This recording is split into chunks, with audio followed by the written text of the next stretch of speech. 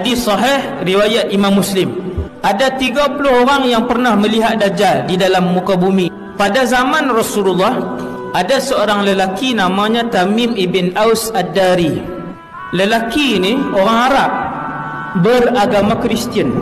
Dia naik kapal bersama dengan 30 orang daripada kabilah Lukham dan Judham.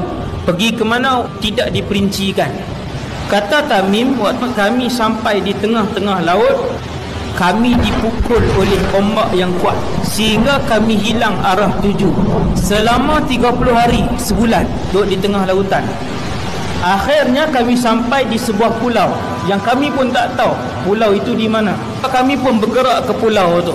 Kami pun tengah berehat-rehat di pulau tu, tiba-tiba keluar seekor binatang yang pelik.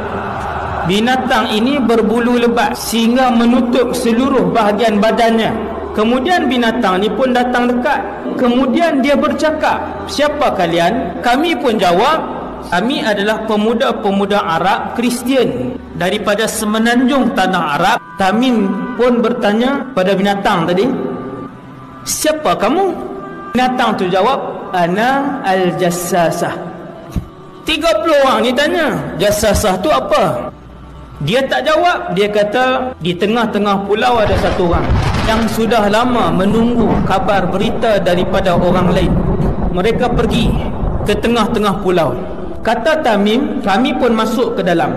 Kami mendapati di dalam itu ada satu orang lelaki, tubuhnya sangatlah besar. Dia bersandar ke dinding gua itu dalam keadaan kedua-dua tangannya dan kedua-dua kakinya diikat dengan satu rantai besi yang tak boleh bergerak. Kedua-dua pahanya dirapatkan ke dadanya. Kemudian lelaki yang berambut panjang itu, kerinting yang sangat kerinting. Lelaki itu bertanya kepada kami, "Man antum?" Kamu semua ni siapa? Kami Arab ni daripada semenanjung tanah Arab, naik kapal, panjang cerita. Kemudian kami pun tanya kepada lelaki tadi, "Siapa kamu?" Jadi dia tak jawab. Kemudian dia tanya beberapa soalan, 4 soalan. Soalan pertama lelaki ni tanya, "Kamu semua tahu tak tentang Tasik Tabariyah?" Yang ramai-ramai ni jawab, "Tahu." "Macam mana keadaan Tasik itu?" "Oh, airnya masih banyak."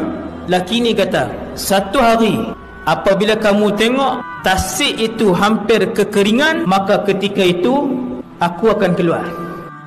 Tasik Tabariyah ni tasik di mana? Sea of Galilee. Tasik ni ada di Israel.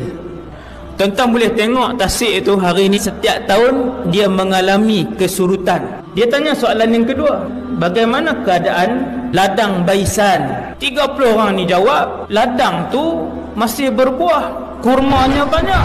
Laki yang kena ikat tu kata, satu hari ladang itu tidak akan lagi mengeluarkan buah. Ladang Baisan di Palestin. Ladang Baisan 1400 tahun yang lalu dia ladang kurma. Hari ini 2017, ladang tu dah jadi tanah lapang. Dajjal kata, apabila kalian melihat Nakhlu Baisan tidak lagi mengeluarkan buah, maka ketika itu zaman untuk aku muncul telah hampir. 3. Laki yang kena ikat tu tanya, bagaimana keadaan mata air Zughar? Mereka ni jawab, mata air Zughar airnya banyak. Dia kata satu hari mata air itu akan kering.